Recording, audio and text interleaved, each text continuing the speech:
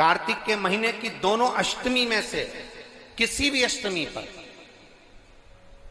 चाहे उजाले की हो चाहे अंधेरे की, शुक्ल पक्ष की हो चाहे कृष्ण पक्ष की, एक बेलपत्र 3 शमी पत्र आप कभी दिल से, कभी मौका मिले हृदय से, दामोदर मास में, कार्तिक मास में अशोक सुंदरी वाली जगह का स्पर्श कर कर भगवान शंकर के शिवलिंग पर एक बार समर्पित कर कर देखना, और दूसरे वर्ष इंतजार करना कि तुमने कार्तिक महीने में अष्टमी के दिन बाबा को शमी पत्र और बेलपत्र दिया था, क्या बाबा ने तेरे घर में धन और वैभव दिया कि नहीं दिया? जो स्थिति में गाड़ी चल रही थी वो स्थिति की गाड़ी तेरी पार हुई कि ना हुई? कितने बेलपत्र? बोलो बोलो, जम के बोलो जरा। एक। कितना शमी पत्र? एक बेलपत्र 3 शमी पत्र। ये जो कार्तिक महीने में दामोदर मास में आप एक बेलपत्र 3 शमी पत्र अष्टमी के दिन, चाहे शुक्ल पक्ष की हो चाहे कृष्ण पक्ष की हो, ये दोनों अष्टमी में से किसी भी अष्टमी को जब आप समर्पित करें तो चंपेश्वर महादेव का नाम लेकर, कौन से महादेव? जम के बोलो जरा, सबकी आवाज आना चाहिए।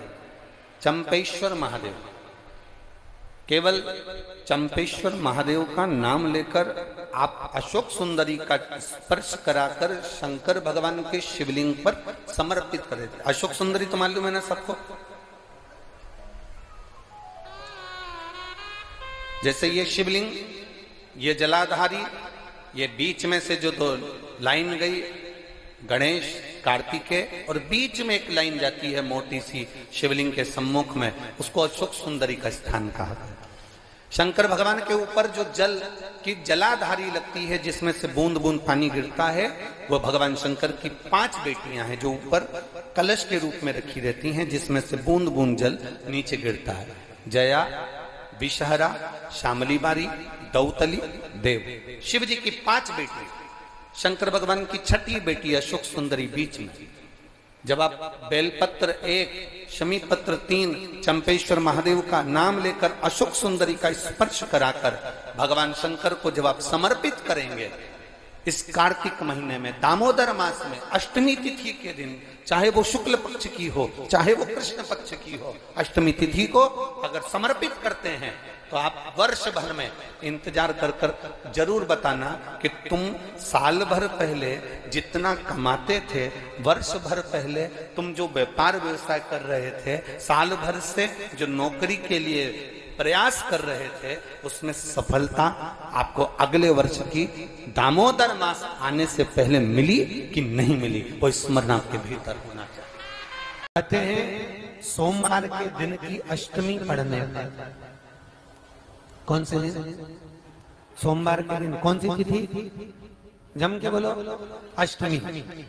सोमवार के दिन अगर अष्टमी तिथि पड़े और उस दिन अगर 5 बेलपत्र भगवान शिव को समर्पित कर दी जाए तो व्यक्ति जो सोचकर, जिस कामना से, जिस मनवांछित फल के लिए बेलपत्र चढ़ाता है, उसकी वो कामना मात्र 3 महीने में पूरी हो जाती है।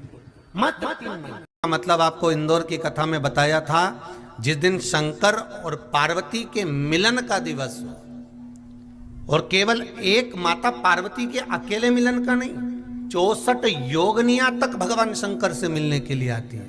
कहते हैं भगवान के जितने जितने विवाह हुए थे ना, उमा से, सती से, कात्यायनी, कुष्मांडा, चंद्रघंटा, स्कंदा, ये जितने जितने जितने भगवान के विवाह हुए थे, अनेक अनेक उमा आदि आदि जितनी भी भगवान की जो विमंगल विवाह हुए थे, सारी माता पार्वती के जितने अंश हुए हैं, माता पार्वती के जितने स्वरूप हुए हैं, ये सारे स्वरूप, सारे अंश माता पार्वती के। ये सोमवार की अष्टमी के दिन भगवान शंकर के मंदिर में आकर शिव जी के सम्मुख में बैठकर उस जलाधारी के नजदीक में जहां शंकर जी का शिवलिंग होता है, उस जलाधारी के पास में उस दिन केवल पार्वती जी का हस्त कमल नहीं होता, स्वयं माँ जगतजननी अपने कामन रूप में 64 योगनियां और शक्तियां सारी की सारी आकर उस जलाधारी के पास में विराजमान हो जाती हैं और शंकर जी पे जो जल चढ़ता है वो देवियां ग्रहण कर कर शिव को अपना आनंद सुख प्रदान करती हैं। इसलिए कहते सोमवार की अष्टमी का महत्व बड़ा है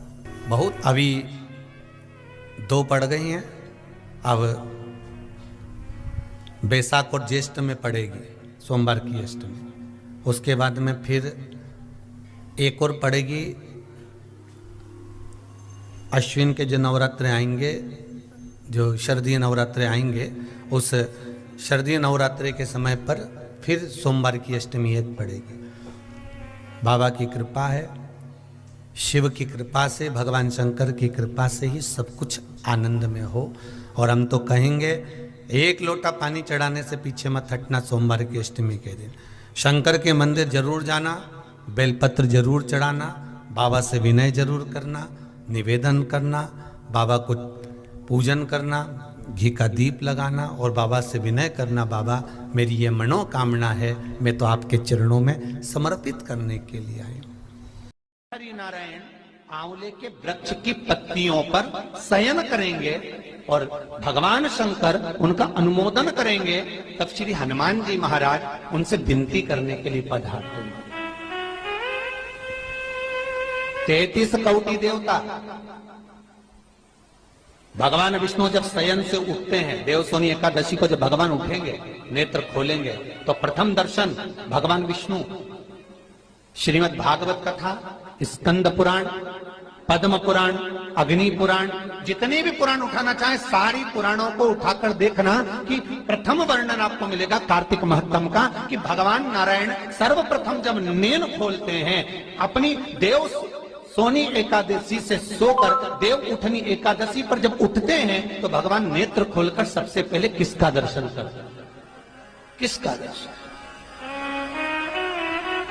स्कंद पुराण कहती है, विष्णु पुराण कहती है कि भगवान नारायण जब नेत्र खोलते हैं तो खुद की अर्धांगिनी लक्ष्मी भी नहीं, महाराज ब्रह्मा आदिकादिक देवता सब खड़े और भगवान नेत्र नहीं खोलते। कब तक? जब भगवान शंकर अपने ही मुख से भगवान श्री हरि का गुणगान नहीं गाते, डमरू का नाद नहीं।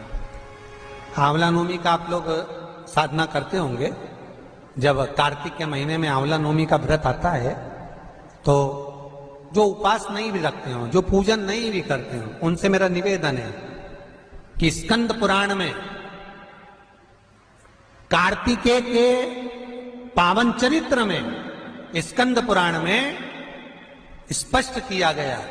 और कल्याण का कार्तिक खंड पढ़िएगा, कभी योग लगे तो गीता प्रेस गोरखपुर का कार्तिक खंड पढ़िए,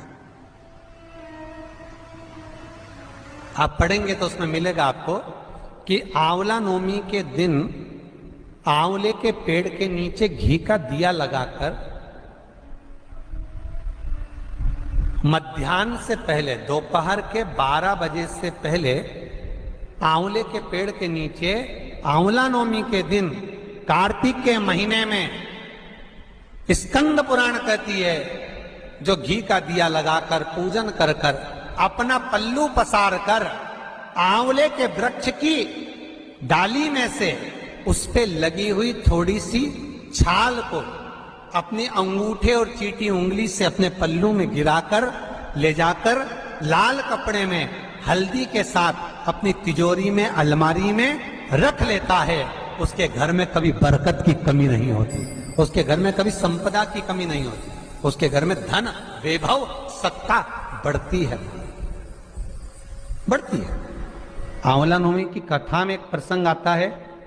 आंवला नवमी का पूजन आपको करना आता है, व्रत करने वाली माताएं व्रत करती है, आंवले के पेड़ के नीचे जाकर पूजन करना, भोजन करना, आंवले का वृक्ष की छाया में बैठना,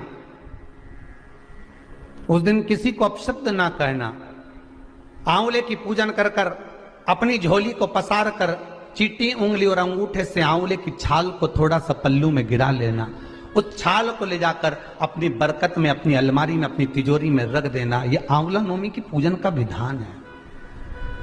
संपदा के एक बहुत अच्छा समय रात्रि के 9:15 का एक समय होता है। जिस व्यक्ति का रोग, बीमारी समाप्त नहीं हो रही हो, हॉस्पिटल में पड़ा हुआ है, कोई बहुत भारी बीमारी में ग्रसित है, छूट ही नहीं पा रहा, तो रात्रि को 9:15 पर किसी भी दिन शंकर भगवान के शिवलिंग का, जो तुम्हारे घर में शंकर जी विराजमान हो उसका, या शंकर जी के मंदिर में जाकर शंकर जी का थोड़ा सा जल, उसमें थोड़ा सा आंवला पड़ा हुआ, मतलब आंवले के पानी से शंकर का अभिषेक पूजन कर लीजिए। उसका नाम लेकर कर लो जो रोग से ग्रसित हो। 1 दिन, 2 दिन, 3 दिन करोगे, वो हॉस्पिटल से छुट्टी करके आ जाएगा, उसका रोग समाप्त हो